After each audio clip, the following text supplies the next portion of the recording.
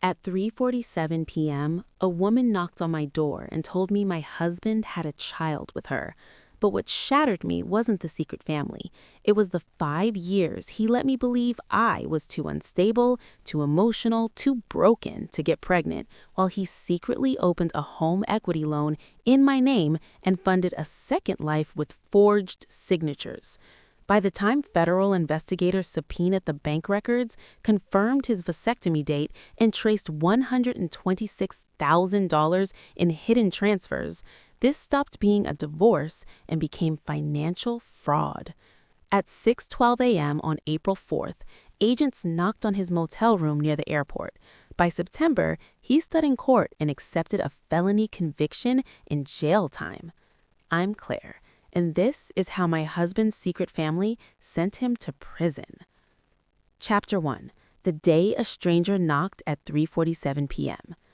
At 3:47 in the afternoon on January 17, 2025, someone knocked on my front door, and that was the moment my marriage began to collapse. My name is Claire Holloway. I am 35 years old, and until that Thursday, I believed I was the problem in my marriage. I believed my body was failing. I believed my husband was patient. I believed we were just unlucky. I have been married to Matthew Holloway since June of 2016. He is 38 and works as a regional logistics manager for Mid-Central Freight Systems near Kansas City International Airport. I work as a billing and insurance coordinator for a private dental practice in Lenexa. We built what looked like a steady life. When I opened the door, the woman standing there looked exhausted in a way that had nothing to do with sleep. She wore a gray coat and a knit cap pulled low over thinning hair. Her face was pale, her eyes steady. "Are you Claire Holloway?" she asked. "Yes." "My name is Melissa Grant. I need to talk to you about your husband, and I need you to listen carefully because I do not have much time." Then she said it plainly. I was diagnosed with stage 3 ovarian cancer in November. The doctors are hopeful, but not optimistic. I stepped aside and let her in. We sat at my kitchen table, the same table where I once lined up prenatal vitamins in careful rows. For 5 years, from 2019 through the end of 2024, I did everything right. I tracked ovulation, I scheduled lab work, I endured blood draws. Every test came back normal. My doctor told me there was no reason I could not conceive. Matthew always postponed his testing. He said stress affected sperm count. He said his schedule was unpredictable. He said we should relax and let it happen naturally. Melissa folded her hands on the table. "Matthew is the father of my son," she said. "His name is Noah. He was born in October 2019 at Advent Health in Merriam." The date hit me first. October 2019 was the month my period was late, the month I cried in the shower when it started. He had been with her that month. She kept talking. "We were together for years. He told me he would leave you when work settled down." My throat tightened, but I stayed still. Then she said the sentence that rearranged the last 5 years of my life. "He had a vasectomy on March 3rd, 2020, Lakeside Urology in Lenexa. He paid in cash." March 2020. The world had just shut down. Matthew said freight volumes were unstable and he needed to work extra shifts. I remember apologizing to him that spring for not getting pregnant. He watched me blame myself. He watched me cry. He let me believe I was broken. Melissa reached into her bag and placed a small black flash drive between us. "There are messages," she said, "transfers, photos. I did not know everything at first. When I got my diagnosis, I decided I could not carry this secret into whatever time I have left." "Why are you telling me now?" I asked. "Because you deserve the truth, even if it destroys what you thought you had." After she left, the house felt exposed, not shattered, just uncovered. At 4:12 p.m., Matthew texted, "Running late, dispatch issue, do not wait up." There had been many dispatch issues in 2023 and 2024. Nights he came home after 10. Weekends he claimed routing emergencies. I never questioned it. There were other signs. Money missing from our joint account in small increments, $400, $600. He blamed vendor delays and payroll timing. Once, in 2023, I noticed a deleted text thread on our shared tablet. He said it was spam. At Thanksgiving that year, his mother leaned across the table and gently told me that stress can interfere with fertility. I nodded and promised to try yoga. I internalized the failure. At 6:02 p.m., I plugged the flash drive into my laptop. 4 folders appeared: Messages 2019 to 2024, Photos, Transfers, August 2022, HELOC. I opened Messages first. Hundreds of screenshots, pet names, pediatric appointments, preschool waitlists. In late 2021, he wrote he was staying with me until a promotion came through. In 2023, he promised he was almost ready to start over. A second life. I opened Photos, Christmas mornings, birthday parties, a small boy with Matthew's dark hair and crooked half smile. Then Transfers. Month after month starting September 2019, amounts between $1,500 and $2,000. Regular, intentional. Finally, I opened the last folder, August 2022 HELOC. There it was, a home equity line of credit attached to our house, $98,200, my name printed neatly beneath a signature that looked enough like mine to pass. I'd never signed it. In August 2022, Matthew told me we couldn't afford to remodel the kitchen. He said we needed to be cautious. He had taken out a loan in my name while funding another household. The affair hurt, but the paperwork terrified me because this wasn't just cheating. It was deception engineered down to the date, the dollar amount, and my forged signature. And I was only just beginning to understand what he had done to my name. And that was only the beginning. Chapter 2. The Second Life I Never Saw. I did not sleep that night. By the time the sun rose over our street in Overland Park, I was no longer just a wife who had been cheated on. I was a woman sitting in front of documented evidence of financial fraud. I went back to the files with a different mindset. The messages between Matthew and Lauren Pierce were not just romantic, they were logistical, strategic. In a thread from April 2020, 2 weeks after his vasectomy, Lauren asked if everything was taken care of. He responded, "It is done. Claire will never question it." Never question it. In September 2019, right after Noah was born, he wrote, "I will handle the money. Do not worry about anything." Handle the money. He spoke like a man managing 2 accounts, 2 calendars, 2 lives. I reopened the transfer spreadsheet, month after month from September 2019 through December 2024. The average hovered around $1,750. Some months were higher. Holiday bonuses, he wrote once. I ran the numbers again. $105,000, give or take. He had not just lied to me, he had been funding another household. I opened the HELOC document again, Plains State Credit Union, opened August 18, 2022. $96,850, my name typed beneath a signature that resembled mine just enough to pass. This was not just betrayal, this was financial fraud. I pulled up my credit report one more time to confirm what I already saw. 681. It had been 742. A 20% drop in less than 2 years. I whispered the words out loud. Identity theft, forgery, financial crime. The language steadied me. My phone buzzed with a text from Matthew. "Morning, you seemed off last night." I typed back, "Just tired." He responded almost immediately, "Do not spiral, we will figure out the fertility stuff." The fertility stuff. I stared at that phrase. You already figured it out, I thought. After breakfast, I walked into the garage again. The prepaid phone was still where I had left it. This time, I scrolled further back in the thread with his mother.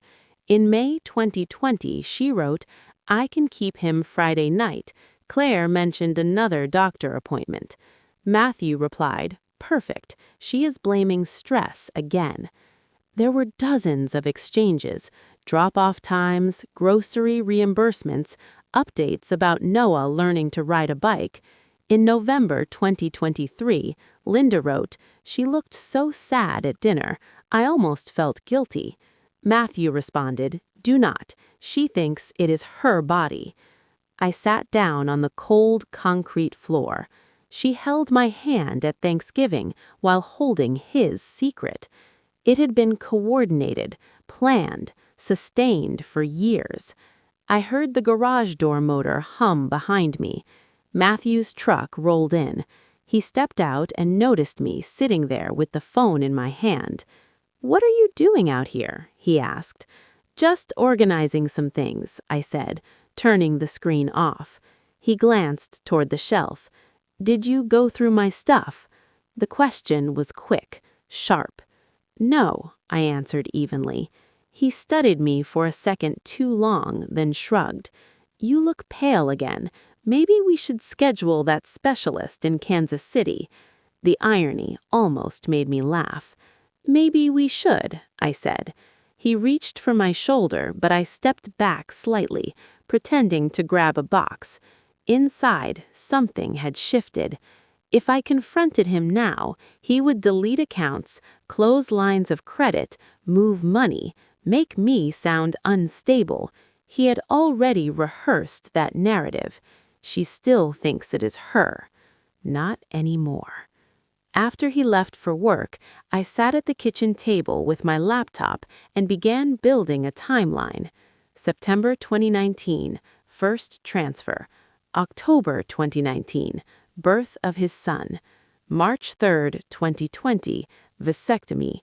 August 18, 2022, HELOC opened.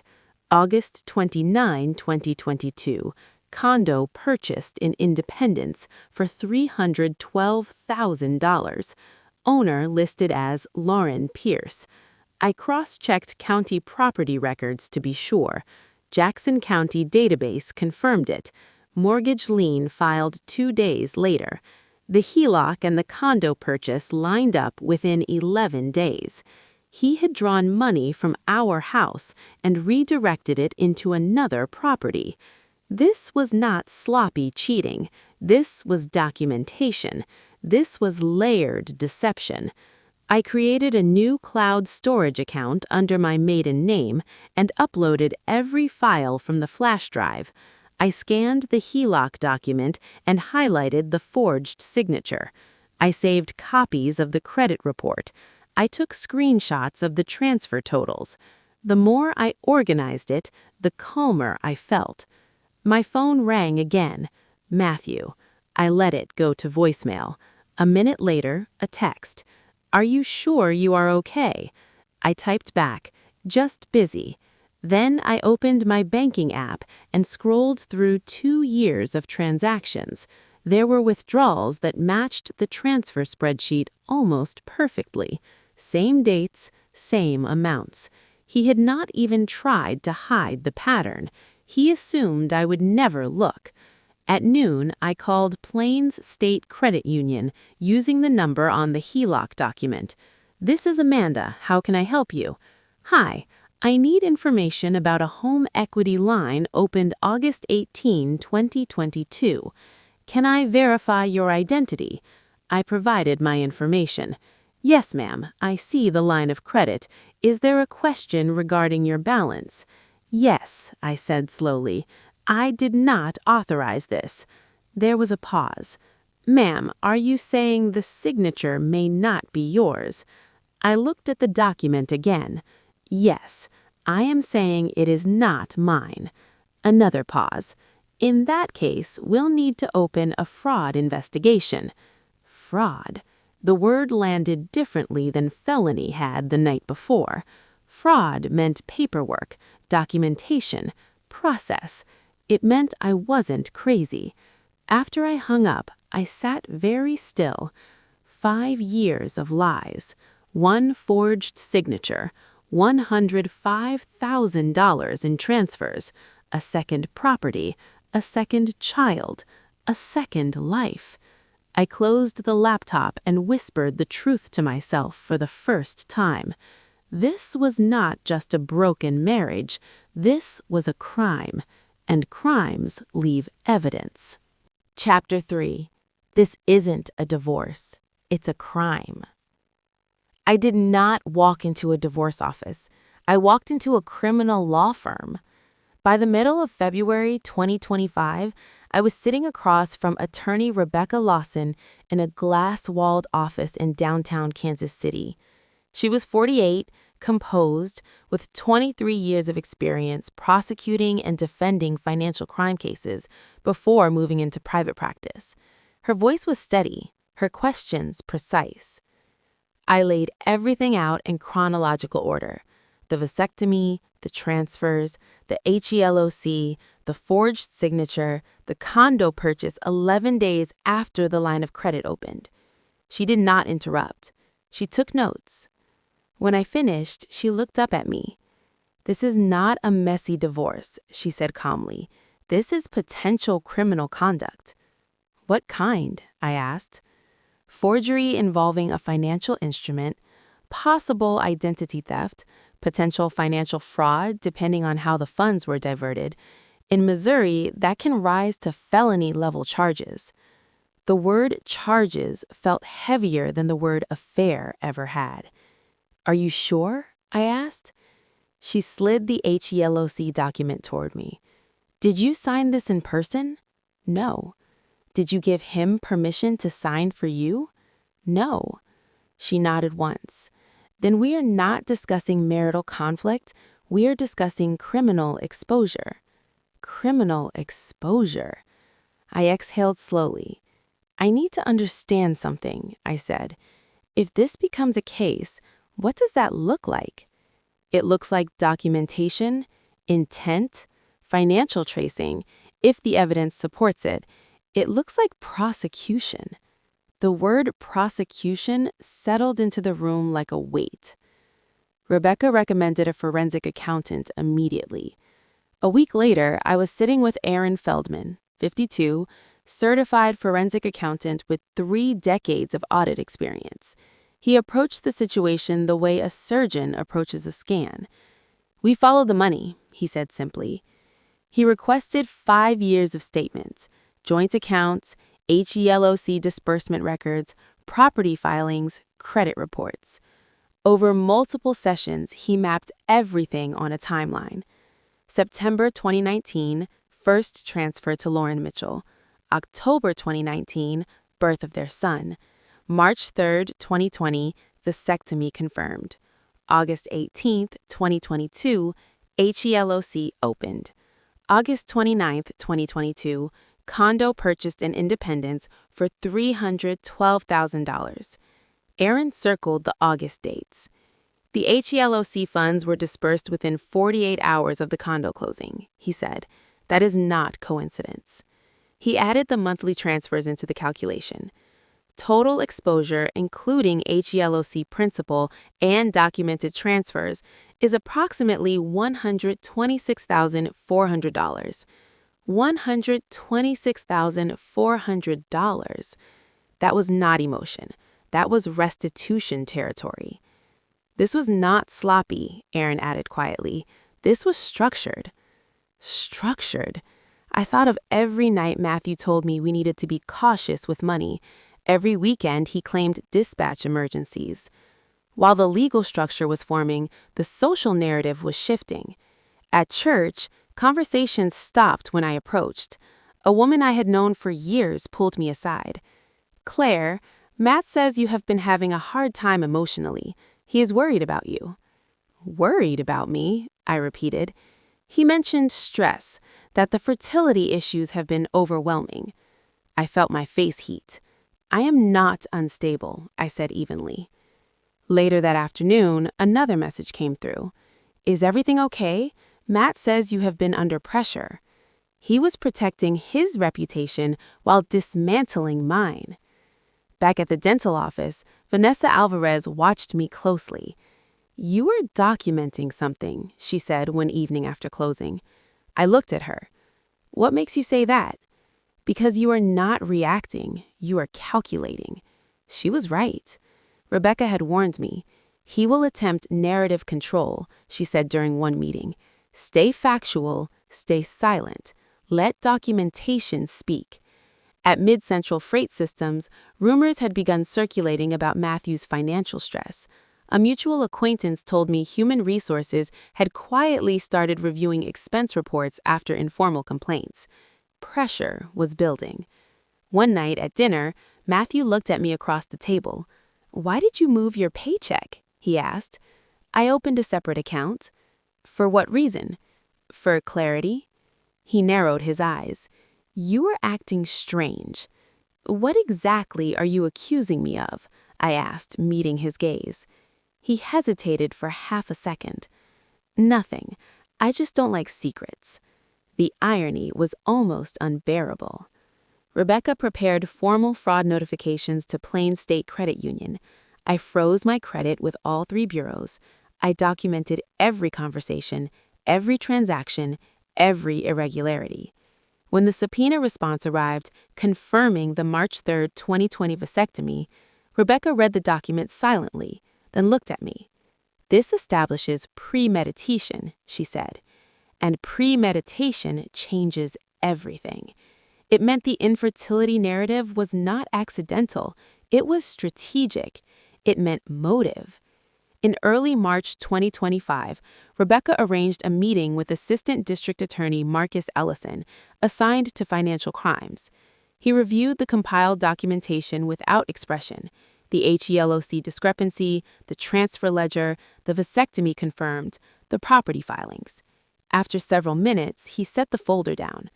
"This is strong," he said. "Forgery on a financial instrument combined with documented diversion of funds. We have probable cause for criminal charges." My heart pounded. "What happens next?" I asked. "We present this to a grand jury, likely by the end of March.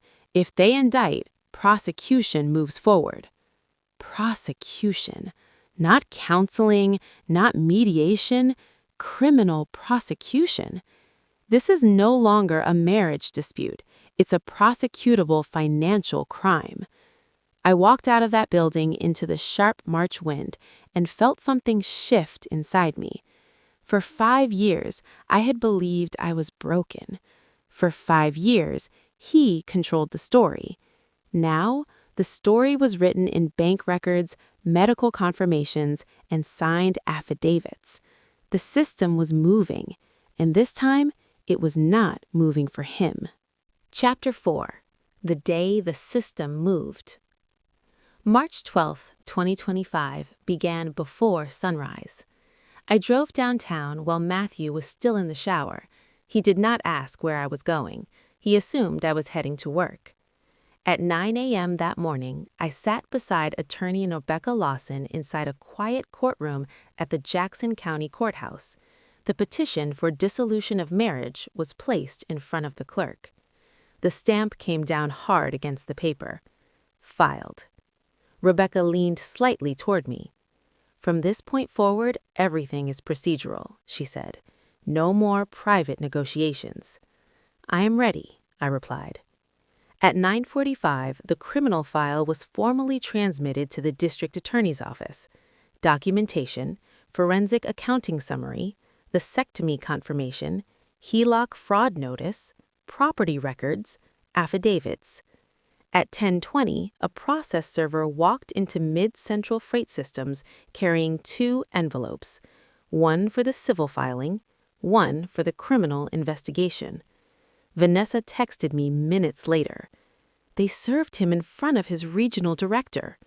A second message followed. HR just escorted him into conference room B. At 10:37, my phone rang. Matthew. "What did you do?" he demanded. "I documented what you did," I said calmly. "You are trying to destroy me." "No," I replied. You destroyed yourself. This is a divorce. You are making it criminal. It already was criminal. Silence stretched between us.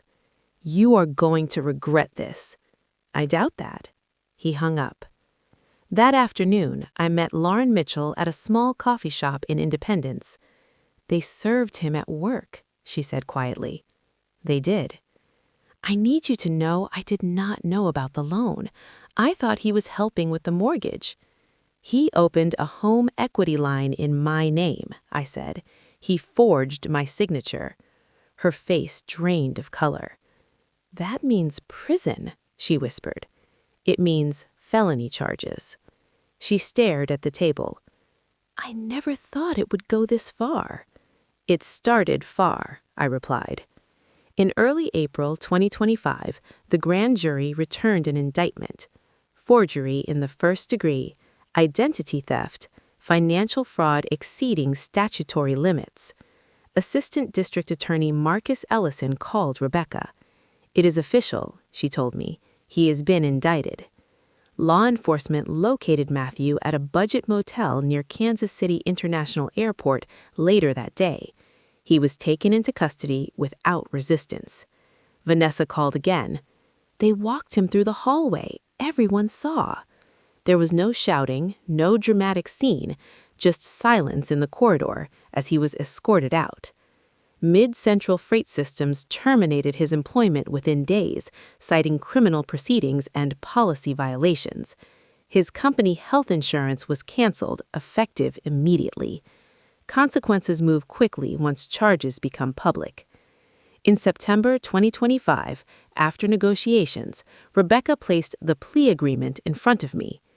The state is offering 1 year in county jail, she said, 5 years supervised probation, full restitution, permanent felony conviction. Why not trial? I protested.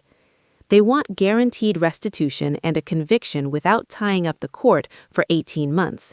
The evidence is strong. His attorney knows it. Matthew accepted the plea. In open court, the judge asked, "Do you understand that by pleading guilty you accept a permanent criminal record?" "Yes," he answered quietly. "Do you understand the sentencing terms? 1 year county jail, 5 years supervised probation, restitution totaling $126,400. Yes." The judge signed the order. Criminal conviction entered. Sentencing imposed. No appeal filed. The condo in Independence was placed under lien for restitution enforcement. It was sold before the end of the year. Proceeds were applied toward the court-ordered balance. Lauren called once after the sale.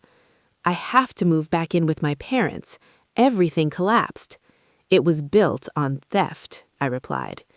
Restitution payments began in November 2025. The first transfer appeared in my account, labeled court-ordered restitution. It was not revenge I felt. It was accountability. In late November 2025, my phone rang again. Linda Holloway. "My son is not a criminal," I said. "He pleaded guilty to felony charges," I replied evenly.